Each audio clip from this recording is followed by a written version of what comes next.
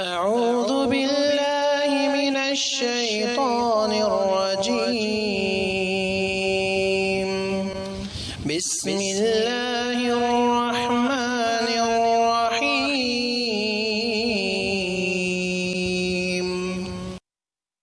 إن الحمد لله نحمده ونستعينه ونستغفره ونعوذ بالله من شرور أنفسنا ومن سيئات أعمالنا من يهده الله فلا مضل له ومن يضلل فلا هادي له وأشهد أن لا إله إلا الله وحده لا شريك له وأشهد أن محمدا عبده ورسوله أما بعد فإن خير الحديث كتاب الله وخير الهدي هدي محمد صلى الله عليه وسلم وشر الأمور محدثاتها وكل محدثة بدعة وكل بدعة ضلالة وكل ضلالة في النار. يقول سبحانه وتعالى في محكم تنزيله قالت هيت لك قال معاذ الله إنه ربي أحسن مثواي.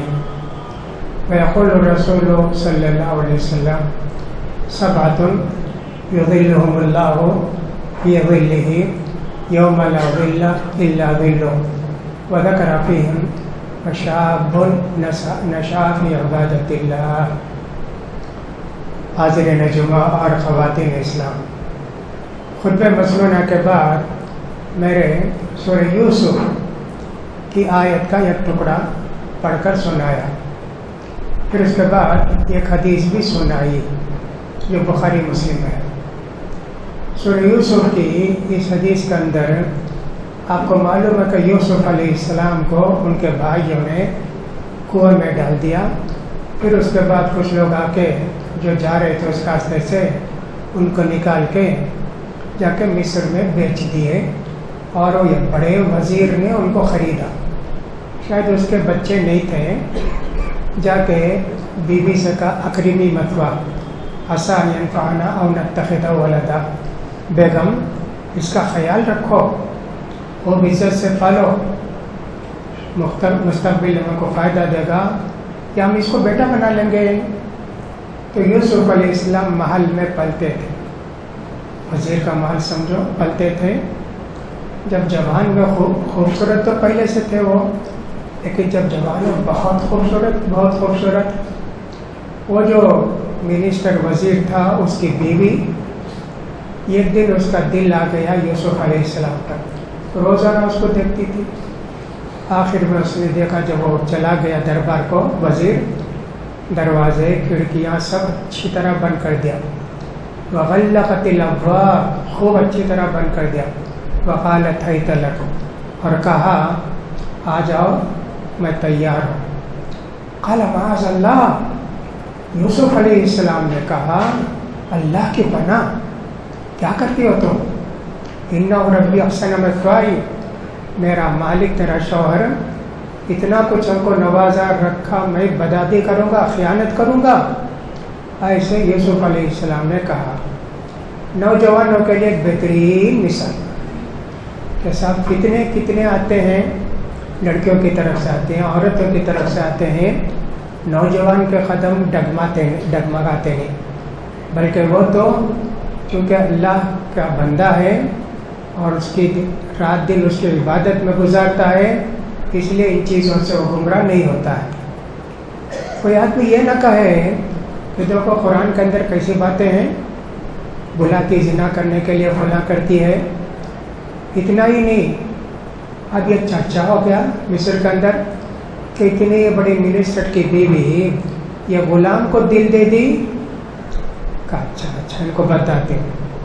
پھر اس نے سب کو بلایا دعوت پر، بڑے بڑی عورتیں ہوں گی، ظاہر بات ہے، سب جمع ہو گئی.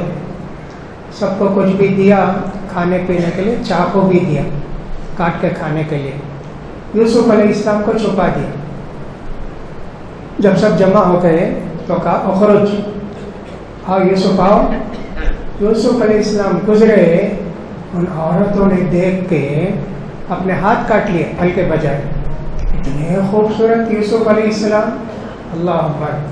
قالت فذلکن الذی لمتننی فیہ، اس کے متعلق تم لوگ بات کرتے ہو کیا؟ میں دل دے دی، تم نے ایک دن دیکھا دل دے بیٹھے، ہاتھ کاٹ لیا۔ میں تو روز دیکھتی اس کو، میں کیسے اس کو نہیں چاہوں گی؟ دیکھیے نوجوان کے لیے یوسف علیہ السلام کتنے بہترین مثال ہے۔ اسی لیے نوجوانوں کو چاہیے دینی زندگی گزاریں، دین سیکھیں، دین کی باتیں سیکھیں، دین کا علم سیکھیں، علماء کے ساتھ رہیں، علماء کی قدر کریں، علماء کی باتوں کی قدر کریں، یہ ان کا فرض ہے۔ ایسے لوگ گمراہ نہیں ہوتا الا ماشاء اللہ، ورنہ تو کیسے کیسے لوگ گمراہ ہو جاتے ہیں۔ ایک صحابی بھی اور ایک عورت کے ساتھ تعلق ہو گیا، زنا کر بیٹھا مدینہ میں۔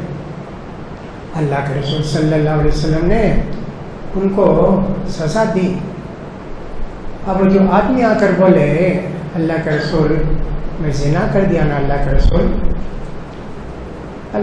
توجہ نہیں دے، پھر بولے اللہ کے رسول میں زنا کر دیا نا، اللہ کے رسول ان سے تفصیل پوچھتے کہ اب جان کا مسئلہ ہے نا، اتنی تفصیل پوچھتے اللہ کے رسول۔ اور زنا بولے تو معلوم کیا تم کو؟ ہاں اللہ کے رسول معلوم کیا؟ وہ جو مرد عورت کے ساتھ کام کرتا نا وہ۔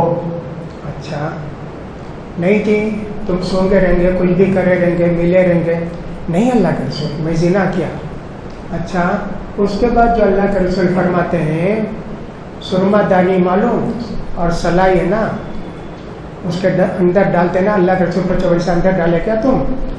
اب کوئی اس کو رکھ کے پوچھے اللہ کے رسول ایسے تھے کیا، اتنے بے حیا تھے کیا، ایسا پوچھے گا؟ میں مانتا نہیں اس کو، اللہ کے رسول کو مانتا نہیں، بخاری کو مانتا نہیں، کتاب کو مانتا نہیں۔ گمراہی کیسے آتی دیکھیے، کبھی ایسے نہیں کرنا، حدیث پڑھے ہیں دیکھے ہیں تب بولنا، ورنہ گمراہ ہو جاتے نا۔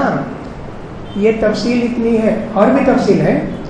ایک عورت آ کے کہتی اللہ کے رسول میں فلاں سے شادی کری، اس کے بعد میرے اس کے اختلافات ہو گئے، اختلاف ہونے کے بعد میں اس سے طلاق لے لی، خلا لے لی، طلاق لے لی، اب دوسرے سے شادی کری، میں اسے کیا بھی پاور ہی نہیں، میں اس کے ساتھ نہیں رہنا چاہتی اللہ کے رسول۔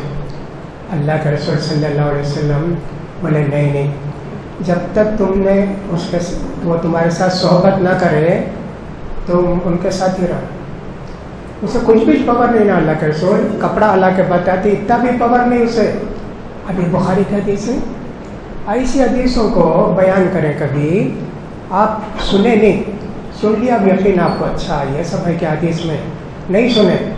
ایک آدمی آ کر بولا آپ سے کیا جی ایسا ہو ہی نہیں سکتا جی، ہمارے رسول ایسے نہیں، اتنے بے حیا کہ ہمارے رسول ایسے مسئلے سب نہیں بولیں گے۔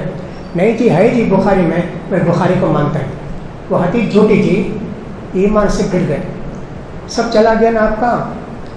اس لیے میرے بھائیوں جو بولنا ہے چند بولتے اور جو احتیاط کر کے بولتے، اس کو اگر کچھ لوگ یہ سمجھے ایسا مسئلہ سب بول ڈالے، آپ نہیں سنے تو کیا انجام ہوئے گا آپ کا؟ بخاری کو نہیں مانیں گے، صحابی کو نہیں مانیں گے۔ میں اللہ کے رسول ایسا بولے مانتا نہیں، اللہ کے رسول ایسا ہو نہیں سکتے۔ دیکھیے کتنی مصیبتیں آتی ہیں ہمارے اوپر، اس کا خیال کرنا چاہیے نا۔ اور نوجوان وہ بھی ہوتا ہے، عالم کی کوئی بات ہوتی تو آ کے عالم سے پوچھتا ایسا بولے ایسا حدیث میں ہے کیا؟ فتنہ پرور نوجوان کیا ہوتا ہے، گلیوں میں جا کے بولتا، ایسا جمعے میں بولے، ایسا بیان کرے، بے حیائی کی باتیں سب بولے۔ یہ کتنا بڑا فتنہ ہے دیکھیے۔ علماء انبیاء کے وارث ہیں، علماء کی بات کو اسے بہت سمپل نہیں لینا، پوچھنا، معلوم کرنا، الگ آ کر پوچھنا، پوچھ کے معلوم کرنا۔ نہیں تو نبیوں کے وارث علماء، نبی کی توہین کرو علماء کی، یعنی علماء کی توہین کرے جو حدیث قرآن بیان کیے تو گویا نبی کی توہین کیا، گمراہ ہوتے نا۔ اس لیے میرے بھائیوں اس کا خیال کرو۔ ہمارے نبی فرماتے ہیں ایک ایسا نوجوان قیامت کے دن صرف عرش کا سایہ ہوگا اور کسی کا سایہ ہی نہیں ہوگا، کہیں نہیں، کہ درخت بھی نہیں، پہاڑ بھی نہیں، چٹان بھی نہیں، کچھ بھی نہیں، سب پسینے میں شرابور۔ 7 خوش نصیبوں کو اللہ تعالیٰ اپنے عرش کے سائے کے نیچے جگہ دے گا. 7 قسم کے. اس میں ایک وہ نوجوان جو اللہ کے عبادت میں گزارا, شاب عبادت اللہ. یوسف علیہ السلام اس کی بہترین مثال ہمارے لیے. دیکھو کیسے بلایا, اور نبی کریم صلی اللہ علیہ وسلم فرماتے ہیں عبادت میں گزارا, نمازوں کا اہتمام کرنا, قرآن پڑھنا, دعائیں پڑھنا, علماء کی مجلس میں حاضر ہونا, علماء کے بیان سننا, دین کی باتوں کو معلوم کرنا. تب گمراہ ہونا مشکل, ورنہ شیطان آ کے فوراً گمراہ کرتا ہے. شیطان آ کے آپ کو کچھ بھی غلط راستے پر ڈال دیتا ہے. اسی لیے یوسف علیہ السلام کا جو واقعہ ہے نا, ویسے نبی کریم صلی اللہ علیہ وسلم نے بھی ایک مرتبہ فرمایا لا یخلون رجل بامرأۃ الا کان معہما الشیطان. کبھی کوئی آدمی کسی عورت کے ساتھ, جس کو بولتے ہیں نامحرم بولتے ہیں, کبھی الگ نہیں رہنا جی. تیسرا شیطان آ کے تم گمراہ کرے گا. ایک صحابی نے پوچھا الحم دیور جیٹ, اپنے بھائی کی بیوی کے ساتھ بھی الگ بات نہیں جی, وہ تو اور زیادہ خطرہ ہے. دیکھو گھروں میں تنگی رہتی ہے نا, تو کیا کرتے ہیں, پردہ وردہ کچھ نہیں, انہیں اس سے دیکھتا انہیں اس سے دیکھتے, اسی کرتے کرتے گناہ ہو جاتا. کوشش کیجئے, میں بولا نا اللہ کا رسول بھائی 10 سال کا بچہ ہے نا, اس کو یہ سب مسئلے معلوم ہو جاتے. اس کا بالکل کمرہ الگ کرو, بہن ہے بھائی ہے نہیں چھوڑنا. 10 سال کے بعد بھائی کو ادھر سوچا, بہن کو ادھر سنا, نہیں نا ہمارے پاس کمرے ہی نہیں نا, بیچ میں کیا تو پارٹیشن ڈالو, پارٹیشن ڈال کے سلاؤ, ورنہ پتہ نہیں ہے لڑکا کب اٹھے گا, اس کی بہن ہے کبھی کپڑا ہٹ گیا, کیا ہوگا معلوم نہیں نا. کتنی نصیحت کرتے ہیں اللہ کے رسول صلی اللہ علیہ وسلم. یہ مسئلے بھی بولتے ہیں اور احتیاط کرنے کے واسطے بولتے ہیں. تو وہ جب اللہ کے رسول نے کہا کوئی مرد, وہ بولے نہیں مسلمان غیر مسلم, کیا بھی مرد ایک عورت کے ساتھ رہے گا تو شیطان ان کو گمراہ کر دے گا.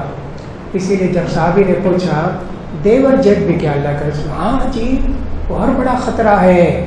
تو میں یہ کہہ رہا تھا کبھی کبھی ایسا ہوتا ہے, گھر تھوڑا چھوٹا ہے, ماں ہے, 2 بھائی ہیں, ایک بھائی کی شادی ہو گئی, یا سمجھو دونوں بھائی کی شادی ہو گئی, ماں کہیں چلے گئے, دونوں کی بیویاں ہیں یا ایک کی بیوی ہے گھر میں. اب یہ آدمی آیا, معلوم ہوا کہ صاحب میرا بھائی باہر گیا ہے, اس کی بیوی گھر میں ہے. اب جانا گھر کے اندر ضروری ہے, کچھ ضرورت بھی ہوگی استنجا وغیرہ کرنے کی. جب معلوم ہوا کہ بھابھی الگ, ہرگز نہیں جانا, کہیں جا کر استنجا پورے کرو, بھائی آنے کے بعد ہی تمہیں گھر کو جانا.